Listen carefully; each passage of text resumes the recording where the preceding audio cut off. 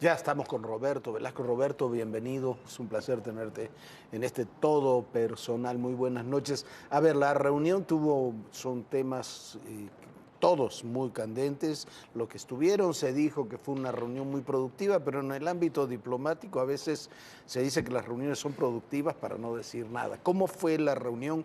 ¿Cuáles fueron las conclusiones? Y vamos abordando después los distintos temas. Mira, para mí lo más significativo fue que tuvimos una reunión donde básicamente lo que constatamos es que en los últimos meses hemos construido una visión común del tema. No hay diferencias en torno a cómo lo estamos abordando. Cuando hablas del tema, ¿estás hablando del fentanilo? Fentanilo, y yo te diría incluso que también de armas, porque con la Casa Blanca hay una gran coincidencia en este momento en el tema de armas. Los canadienses tienen una problemática muy similar a la nuestra, que están llegando pues, armas a su territorio desde Estados Unidos con las que se cometen también delitos, entonces es algo que también les preocupa. Naturalmente, bueno, con el caso de Estados Unidos también en cuanto a migración, que ahí con Canadá sí tenemos una conversación muy distinta. A ver, pero dice que se establece una política común. ¿Qué política común tenemos en el tema de fentanilo? Yo siempre he pensado que hay una suerte de triángulo del fentanilo que es China, México, Estados Unidos, ¿no? Y China no está participando en esto, evidentemente. Y por supuesto también a Canadá. A Canadá Sí, también bueno, le Canadá es preocupa el otro tema, tema, sí. también está llegando allá, también hay muertes por sobredosis y también ellos mismos reconocen que tienen un problema también incluso de producción de fentanilo, a otra escala como sucede en todo en Canadá. Ahora, ¿por qué digo una visión común? Bueno, ¿de qué hablamos en la reunión? Primero de salud pública. Hubo una cumbre recientemente en Washington, estuvo ahí el secretario de Salud de México, el doctor Raúl Gupta, también estuvo Canadá. Fue un espacio también para compartir lo que se está haciendo en materia de prevención de adicciones, en materia de reducción de riesgos, de campañas de información. También tenemos una visión ya muy bien establecida en cuanto a cómo enfrentar este problema. Un diálogo internacional con países que incluye, por supuesto, a China. Hay una relación complicada, por decirlo menos, entre Estados Unidos, Canadá y China en este momento, pero México tiene también un diálogo bilateral con China que está avanzando. También, por supuesto, trabajar con el sector privado, que es algo que discutimos en esta reunión. Se va a crear un grupo de trabajo ad hoc para ese tema. Trabajar, por ejemplo, con empresas de mensajería, con empresas de la industria farmacéutica y química que fabrican cosas como pueden ser una pastilladora. También muy cercanos en lo que tiene que ver con incautaciones. Yo creo que no, salió esta semana un dato que yo creo que no se ha visto en su magnitud. Del total del fentanilo que se ha decomisado en los últimos años, de 2020 para acá, México decomisó el 25% en todo el mundo. La magnitud de lo que estamos haciendo es bastante grande. Claro, el problema es enorme. Alguien te podría decir que lo que sucede es que la producción es altísima. El problema es enorme, tienes razón. Y por supuesto que por eso justo estamos trabajando en cómo podemos tanto aumentar las incautaciones como también atender otras raíces del problema. Una de estas, obviamente, es el tema de adicciones, salud pública, demanda, y otra también, pues, por supuesto, la llegada de precursores de terceros países que están llegando principalmente vía marítima, ¿no? Ahora, que se utilizan para este proceso. Roberto, es muy complicado lo que está sucediendo. Estados Unidos está muy molesto por la cantidad de muertes que tiene provocadas por fentanilo y por supuesto que hay que trabajar en un tema de adicciones, es lo que siempre hemos enfatizado, sobre todo en este espacio. Pero también hay un tema y es que muchos de los consumidores de fentanilo no saben que están consumiendo fentanilo, están mezclados con otras sustancias que le mezclan fentanilo porque lo hace mucho más adictivo. Ya, sí es un tema de la conversación y por supuesto que es una tendencia que a los tres países nos preocupa. Es algo que incluso en México creo que hemos visto algunos casos de estas mezclas. No hemos encontrado hasta el momento una gran evidencia de que este proceso de mezcla se esté dando en México. Eso también es relevante. ¿Se podría estar mezclando los dealers ya directamente en Estados Unidos, que tengan su cocaína y le pongan fentanilo a ellos? Así es, y produciendo incluso algunas pastillas que en México no son tan comunes, ¿no? Por ejemplo, el Adderall, ¿no? Que es una de las que nos dicen que están mezclando con el fentanilo. Y también otra cosa, bueno, hay que ser también reflexivos de cómo llegamos al punto en el que estamos. Y sí, por supuesto que hay algunos casos como el que estás mencionando, pero también hay mucha gente que se volvió adicta al fentanilo a partir de la prescripción legal de opioides. A partir de los de forma opiáceos, masiva, claro. ¿no? Así es. A ver, ese es un tema muy interesante. El fentanilo se impone porque se venden de forma masiva opiáceos, pastillas legales, digamos, en forma legal, y cuando se cierra esa venta legal o se restringe esa venta legal, se recurre al fentanilo porque es mucho más barato y es mucho más adictivo todavía. Pero incluso es más barato, o sea, la gente recurre al fentanilo porque es más barato comprarlo en el mercado ilegal que en el mercado legal.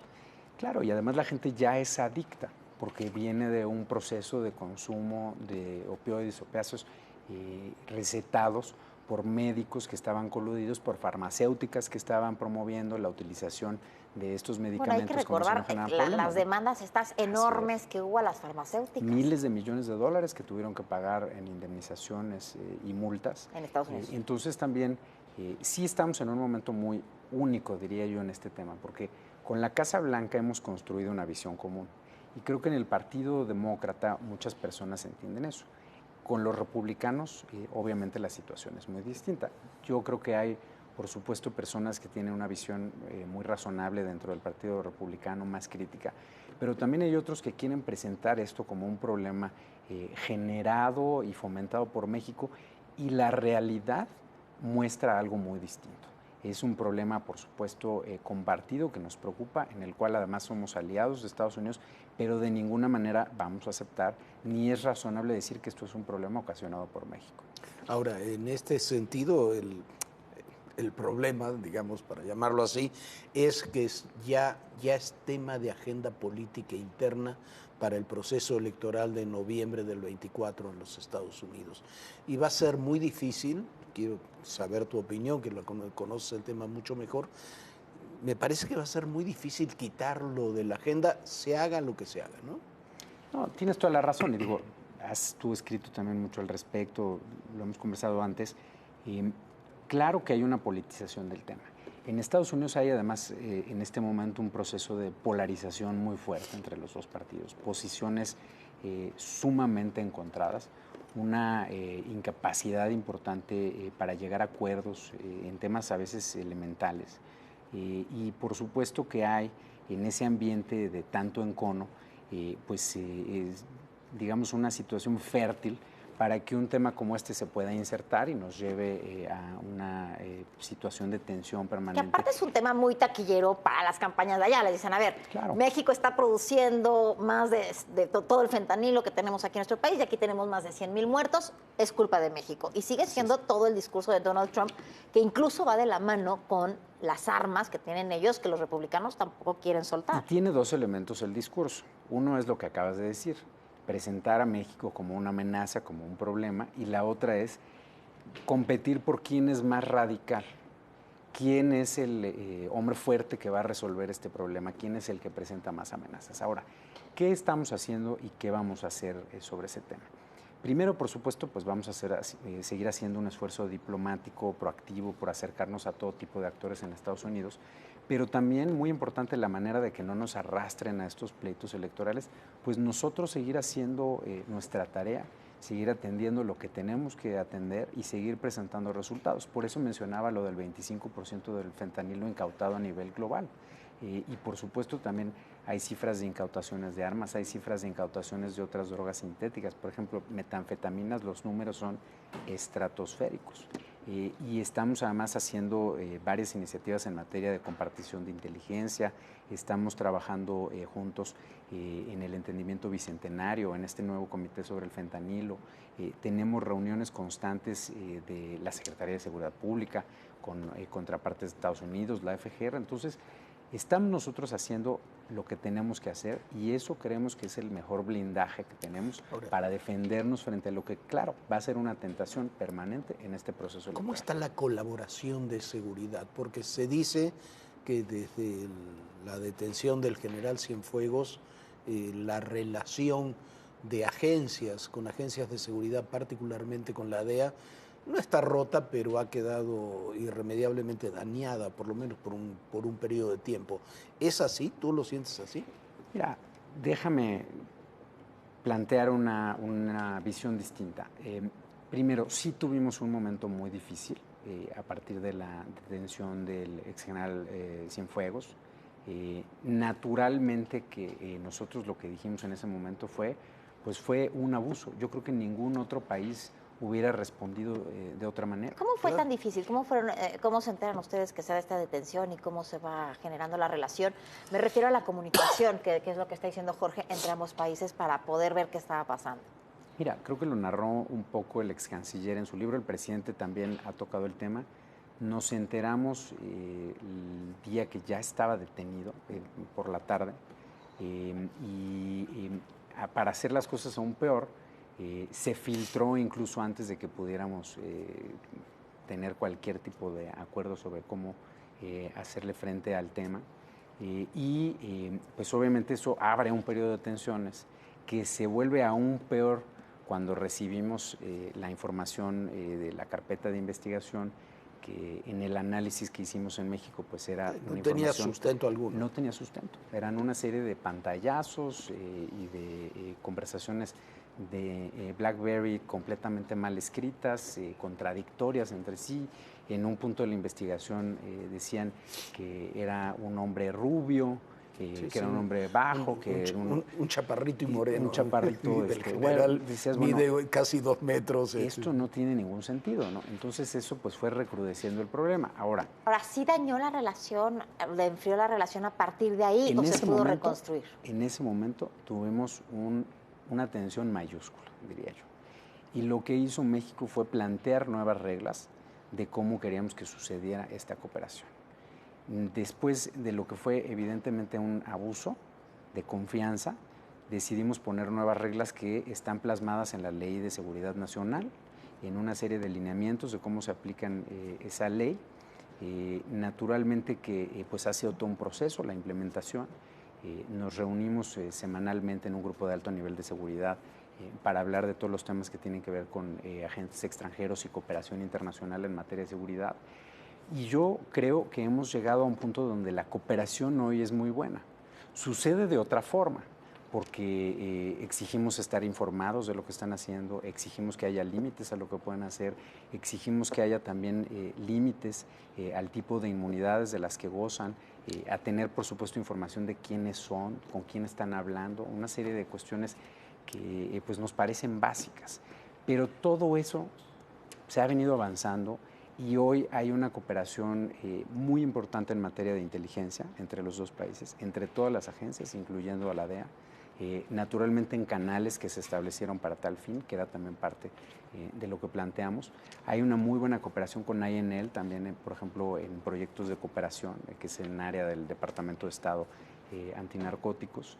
Y en general, pues hay un trabajo, pues yo diría hasta a nivel operativo incluso, claro, siempre lo que dijimos con respeto a la soberanía de México y sin querernos pues ver la cara, ¿no? Pero sin un involucramiento como hubo en otras épocas, o sea, no se ve que la DEA tenga la cantidad de agentes que tuvo en otra época, y la DEA, hablo de la DEA como hablo de otras agencias de Estados Unidos, ¿no?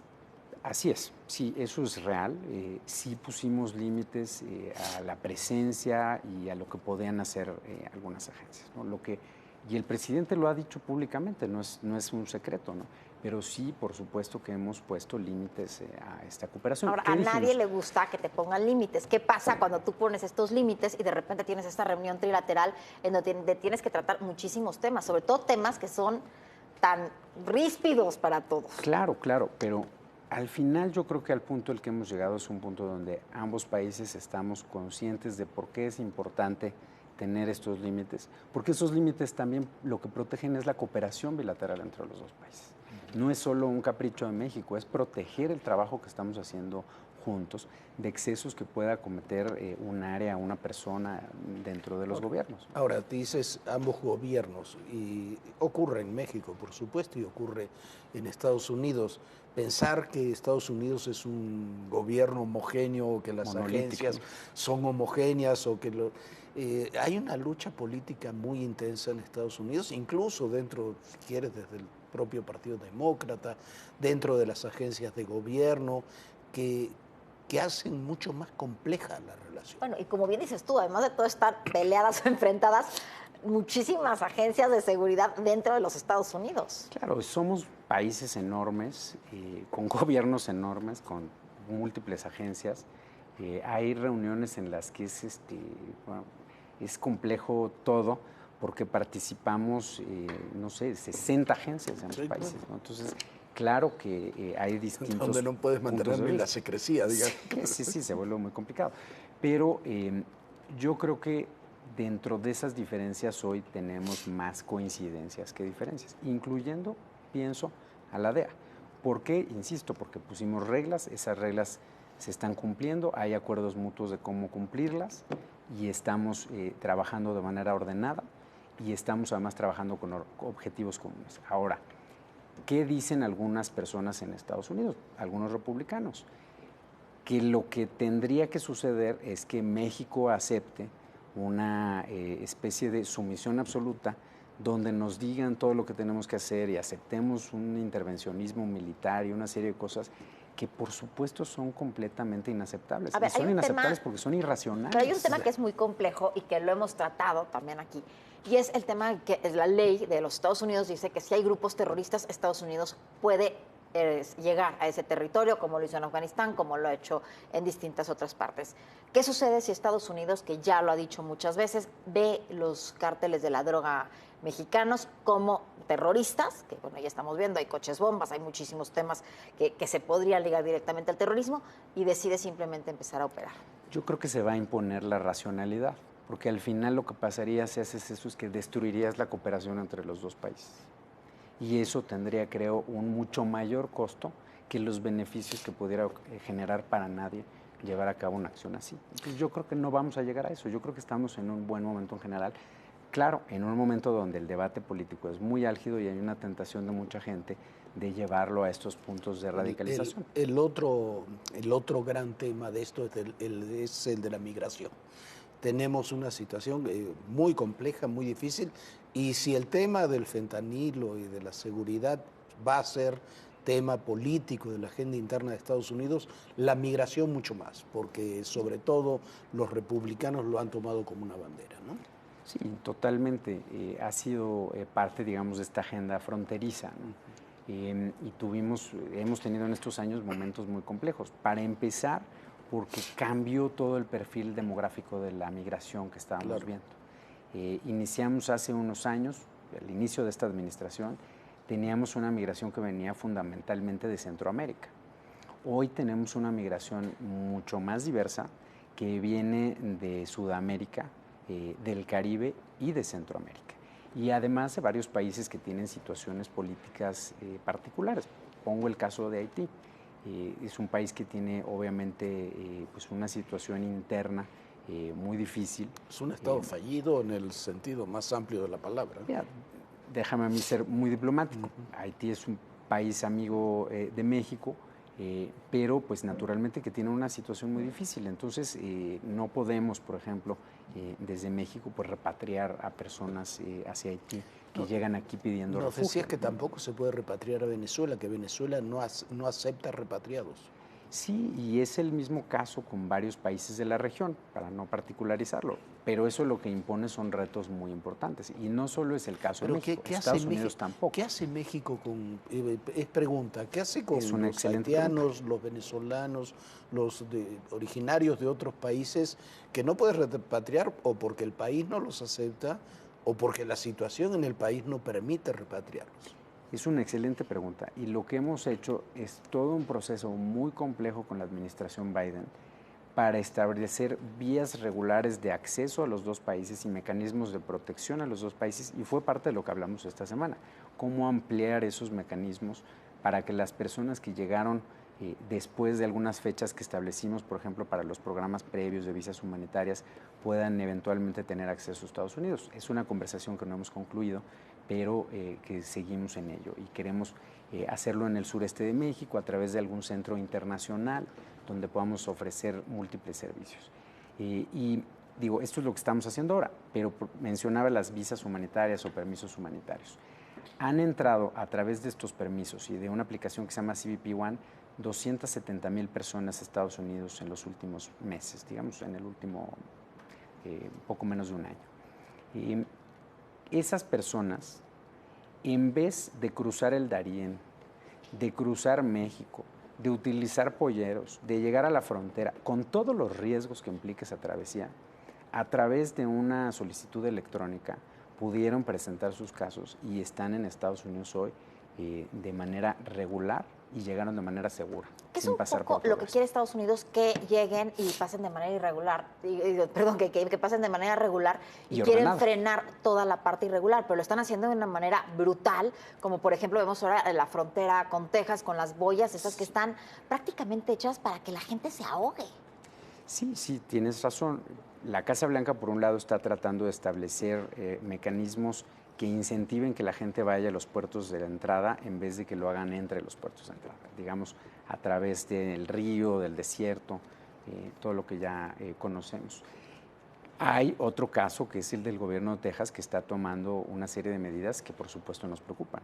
Las boyas, la colocación de alambre de concertina, de contenedores, las amenazas. ¿Están ya como en territorio mexicano o no? ¿Todavía están como en el límite? Una parte de las boyas sí mandamos a hacer una misión de inspección territorial a la Comisión Internacional de Límites y Aguas, y una parte de las boyas están en territorio mexicano. Presentamos una segunda nota diplomática con una protesta formal al Departamento de Estado por ese motivo apenas el viernes pasado, porque fue el día que concluimos la misión territorial. Entonces, claro que Texas está tomando una serie de medidas que nos parece que son violatorias del derecho internacional, violatorias de tratados que tenemos México y los Estados Unidos, y tan es así que la Casa Blanca, a petición nuestra naturalmente, y bueno, también porque están violando sus propias leyes, inició una demanda judicial contra Texas. Son 300 metros, lo decía hoy la canciller, lo decía el presidente, eso de momento pues obviamente que es una jugada electoral, pero nosotros tampoco queremos dejarlo pasar y que sigan en el camino de tomar este tipo de medidas. A ver, Roberto, se ha ido rapidísimo, ya no nos queda menos de un minuto.